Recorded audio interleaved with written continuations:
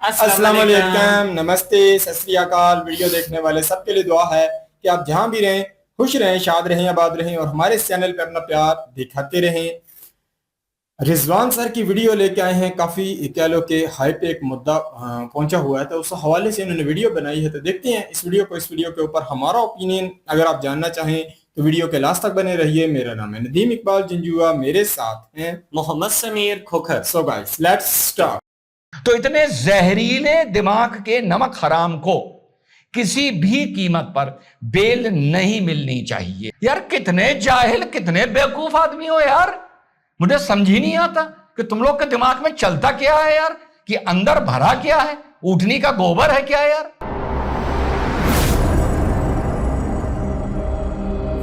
Hello, नमस्कार, सत श्री अकाल, अस्सलाम वालेकुम। कैसे हैं जनाब। तो उमर खालिद और शर्जिल इमाम, नाम तो सुना होगा, कि बेल एप्लीकेशन एक बार पुनः एडिशनल सेशन जज समीर बाजपेयी जी ऑफ करकरडूमा कोर्ट ने खारिज कर दिए है। 2020 यूएपीए का जो मुकदमा था, राइट्स के अलावा, प्रोवोकेशन ऑफ राइट्स के अलावा ए लार्जर कॉन्स्पिरेसी क्या थी कि नॉर्थ ईस्ट को भारत से काट दिया जाए। अगर 5 लाख मुसलमान हमें मिल जाएं, रेलवे की पटरियां उखाड़ दो, इतना मलबा ईंटें डाल दो, सड़कें ब्लॉक कर दो कि हमेशा के लिए नहीं, कम से कम 2-2.5 महीने के लिए नॉर्थ ईस्ट भारत से कट जाए। साहब, इस बंदे का आप विजन देखिए। 2020 में जो इसने बात बोली थी, कहीं ना कहीं उससे मिलती जुलती बातें शेख हसीना को बांग्लादेश से भगाए जाने के बाद जो वहां पर एंटी इंडिया रेटोरिक और माहौल बना था, कितना बांग्लादेशी ये बोलता हुआ नजर आता था। और चीन भी इनकी कॉन्स्पिरेसी में बड़ा इंटरेस्टेड होता। जो आइडिया शर्जिल इमाम ने शाहीन बाग में खड़े होकर दिया था कि नॉर्थ ईस्ट को भारत से काट दो, और साथ में कन्हैया कुमार को भी लपेटा था। क्यों बेल नहीं मिलनी चाहिए और एग्जैक्ट इसने क्या बोला, इस न्यूज को कवर करने से पहले यह बता दूं कि जैश ए मोहम्मद के 8 अभी मैं संदिग्ध बोलूंगा क्योंकि साहब अधिवक्ता हूं, संदिग्ध आतंकवादियों को माशाल्लाह एटीएस गुजरात ने और एटीएस मध्य प्रदेश ने पकड़ा है। आप लोग ये सोच रहे होंगे ये पाकिस्तानी होंगे, बांग्लादेशी होंगे। नहीं भाई, ये पूर्णतः हिंदुस्तानी हैं। और ये मूलतः एक काम ये कर रहे थे कि जो जैश ए मोहम्मद का लिटरेचर था उसको ये गुजराती में कन्वर्ट करके माशाल्लाह जगह जगह लोगों को एजुकेट कर रहे थे। अब ये जो भी एटीएस का या एनआईए की जिम्मेदारी होती है, ये बड़ी थैंकलेस होती है। अगर 8 ये आतंकी पकड़ लिए गए हैं जो भारत के खिलाफ साजिश रच रहे थे, तो बहुत से लोग 55 करोड़ में से 55 करोड़ को नमक हराम वाले खड़े हो जाएंगे ये कहने के लिए कि खामखा फंसाया जा रहा है। पर यही अगर कामयाब हो जाए और बॉम्ब ब्लास्ट हो जाए तो फिर कहा जाता है जानबूझ के कराया गया है, या कहा जाता है कि भैया गुजरात का मामला था तो मोटा भाई और मोदी जी कर क्या रहे थे उन पर उंगली उठाई जाती है। यानो तीनों सूरतों में एंटी एटीएस या एंटी गवर्नमेंट लोगों का इस देश में ओपिनियन होता है। इस न्यूज में अभी फिलहाल इतना ही क्योंकि ये अनफोल्डिंग स्टोरी है। तो चलते हैं और देखते हैं कि शर्जिल इमाम ने शाहीन बाग के मंच पर खड़े होकर क्या बोला था। ठीक सुनिए। अब उसका मसला बस इतना सा है, ये मैं पहले भी शायद अर्ज कर चुका हूँ, 5 लाख लोग हमारे पास हों ऑर्गेनाइज्ड तो हम हिंदुस्तान और नॉर्थ ईस्ट को परमानेंटली कट कर सकते हैं। पर हम परमानेंटली नहीं तो कम से कम 1-8 महीने के लिए तो कट कर ही सकते हैं। मतलब इतना मवाद डालो पटरियों पर, रोड पे, उनको हटाने में 1 महीना लगे, है कि नहीं। जाए एयरफोर्स से, असम को काटना हमारी जिम्मेदारी है। असम और इंडिया कट के अलग हो जाए, तभी ये हमारी बात सुनेंगे। असम में जो मुसलमानों का हाल है आपको पता है, सीए नाफिज हो चुका है, वहाँ डिटेंशन कैंप में लोग डाले जा रहे हैं, है ना। और वहां तो खैर कत्लेआम चल रहे हैं, 6-8 महीने पता चलेगा सारे बंगालियों को मार दिया गया, हिंदू हो या मुसलमान। ठीक है जी। आसाम में इसके हिसाब से, इस फूटी कौड़ी के जाहिल के हिसाब से 2020 में कत्लेआम चल रहा था और कह रहा था 2-4 साल में तो पूरा आसाम को मार मार के ये खत्म कर देंगे, सारे बंगाली मार देंगे। इस बात पर भी इसके ऊपर एक अलग मुकदमा होना चाहिए, इस फूटी कौड़ी के जलील नमक हराम के। कितना बंगाली मारा गया, कितना वहां मुसलमान मारा गया।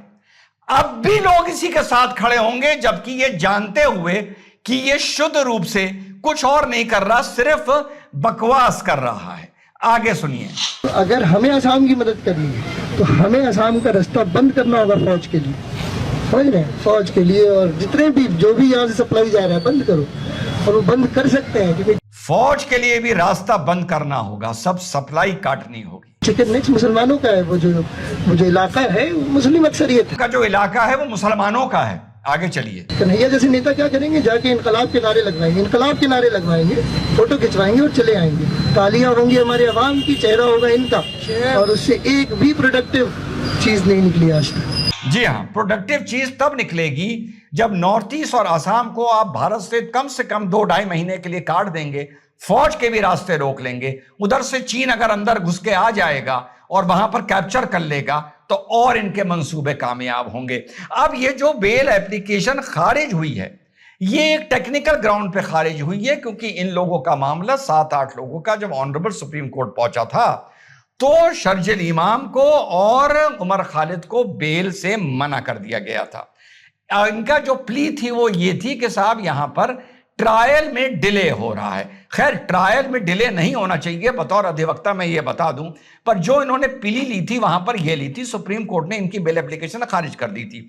लेकिन उसके बाद गुलफिशा फातिमा और सैयद इफ्तिकार के मामले में उसी सुप्रीम कोर्ट ने कुछ दिन बाद ये कहा, ये ऑब्जर्व किया कि भैया उमर खालिद और शर्जिल इमाम की जो बेल खारिज हुई थी उसको कंसिडर किया जा सकता था, और इंटरम बेल देते हुए तस्लीम अहमद को और खालिद सैफी को यह मैटर कि क्या यूएपीए में भी delay of trial and investigation या क्रॉस एग्जामिनेशन ऑफ विटनेसेस के यूएपीए में भी क्या बेल दी जा सकती है। अगर इन सब चीजों में डिले हो तो यह मैटर लार्जर बेंच को सुप्रीम कोर्ट में भेज दिया गया था।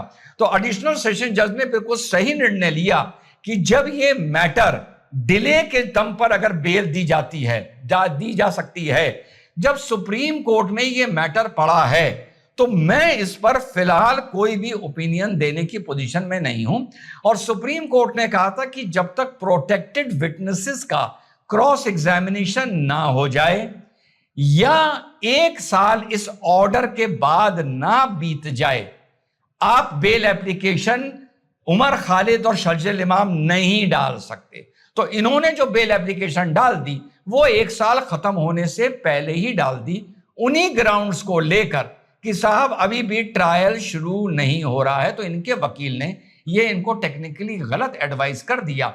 लेकिन किंतु परंतु टेक्निकल बात नहीं, जो बात शर्जिल इमाम ने सन 2000 में बोली थी, आज नॉर्थ ईस्ट को लेके, चाइना का रुख लेके, शेख हसीना का देखकर, नई जो गवर्नमेंट आई है उसको देखकर, वेस्ट बंगाल की तीसरा रिवर बेसिन के मेंटेनेंस को लेकर जो वो चाइना के पास जा रहा है, अब हालात और सेंसिटिव और संवेदनशील हो गए जितने 2020 में थे।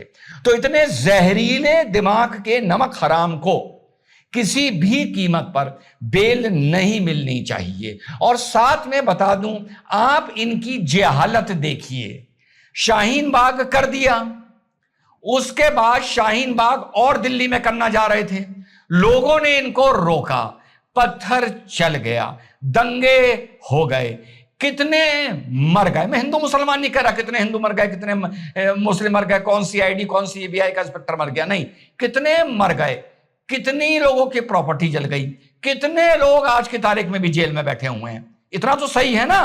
और ये सब ये कर किसके लिए रहे थे कि एनआरसी में हम कागज नहीं दिखाएंगे और आज कागज लिए लिए घूम रहे हैं। हमारे 4 मीनार के सांसद भी कागज लिए घूम रहे हैं, माइक पे अनाउंसमेंट कर रहे हैं कि कागज तैयार रखो, कागज तैयार रखो। तो अरे अगर तुम्हें कागज दिखा नहीं थे मेरे भाई, तो ये सब तुम्हें करने की जरूरत क्या थी? जो तुमने शाहीन बाग में दंगा धरना प्रदर्शन किया और बाद में फिसाद हुआ और सब लोग मरे। सीए में तुमको मुसलमानों को कंसिडर नहीं किया गया, एनआरसी के कागज तुम अभी भी दिखा रहे हो और खुशी खुशी दिखा रहे हो।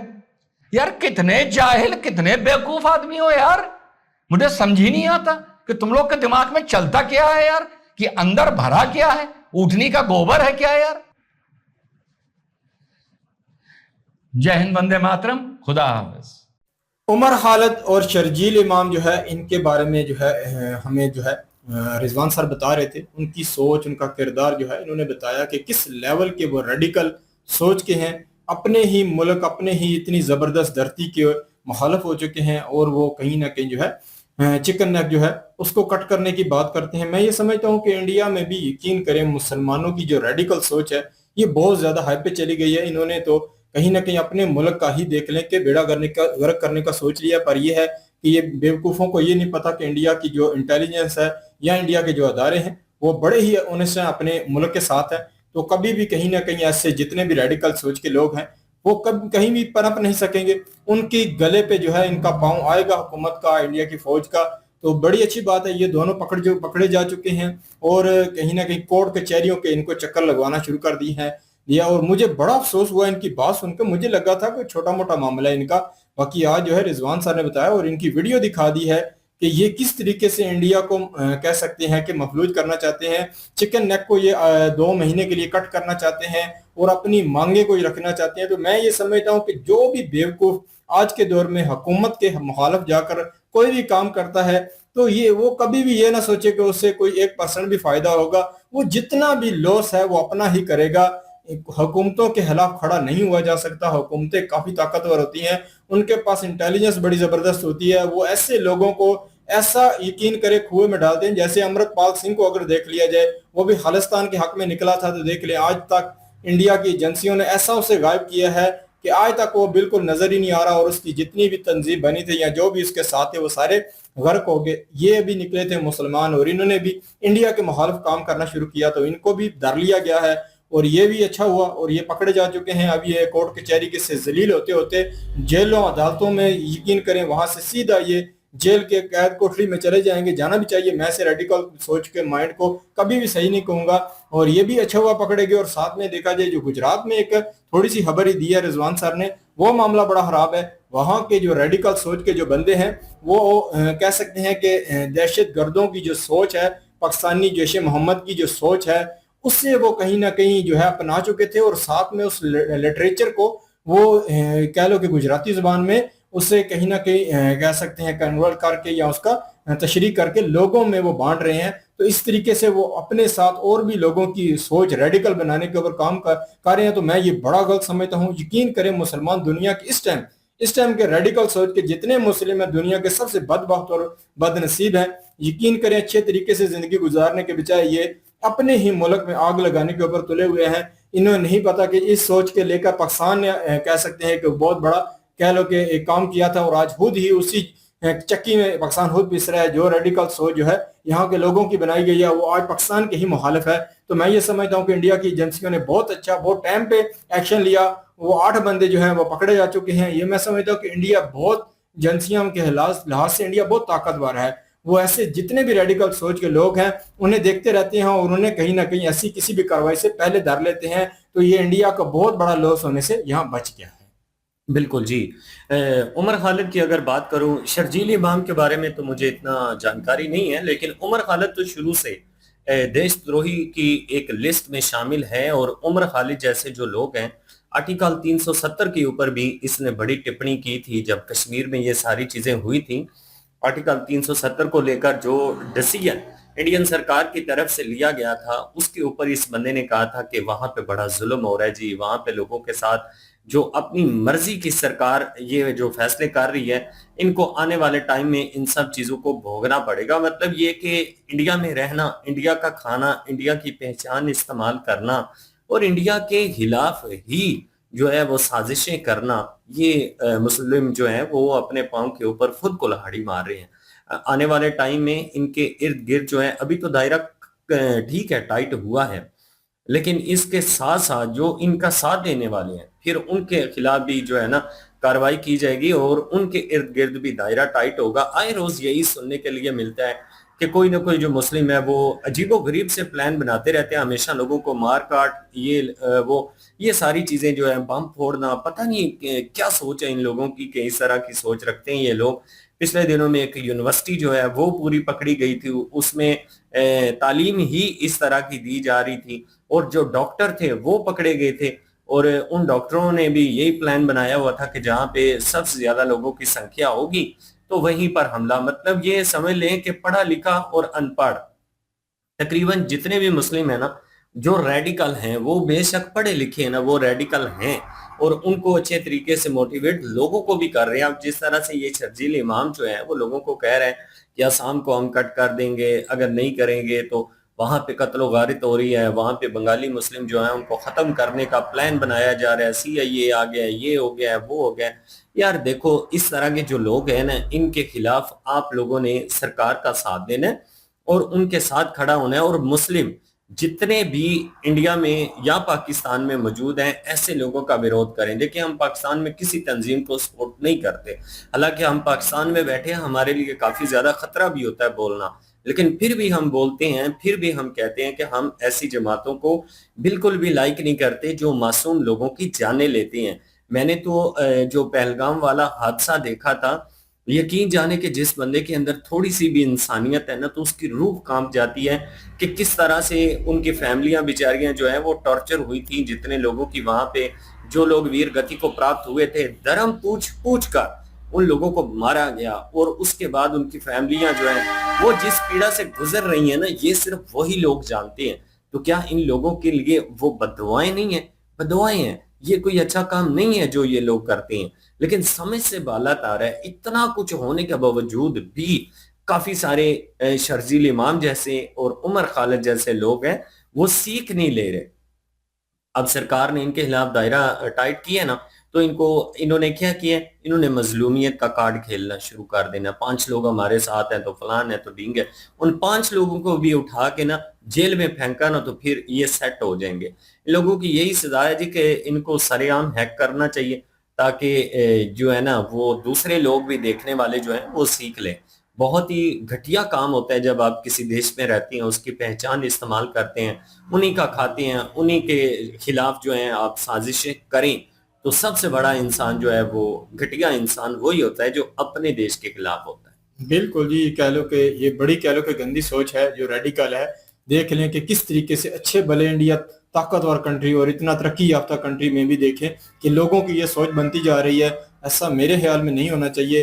अवामुन नास को अपनी अपने मुस्तकबिल के लिए और अपने बच्चों के मुस्तकबिल के लिए काम करना चाहिए। ये जो सोच है, आगे अफगानिस्तान पाकिस्तान का बेड़ा गर्क कर दिया है, तो भी इनको ये नहीं करना चाहिए कि इंडिया जैसे कंट्री को भी ये इस सोच में लेके डूबे। बिल्कुल, ये थी आज की वीडियो।